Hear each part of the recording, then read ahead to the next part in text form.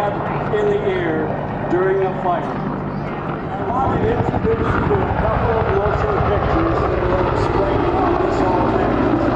One of them dates back to 1948, but you can find it as you inquire on the many thousands of fire. There is chaos everywhere. There is heat. There is smoke. There is massive turbulence. These, ladies and gentlemen, are trained to the hilt. Helitack crews are some of the most elite wildland firefighters.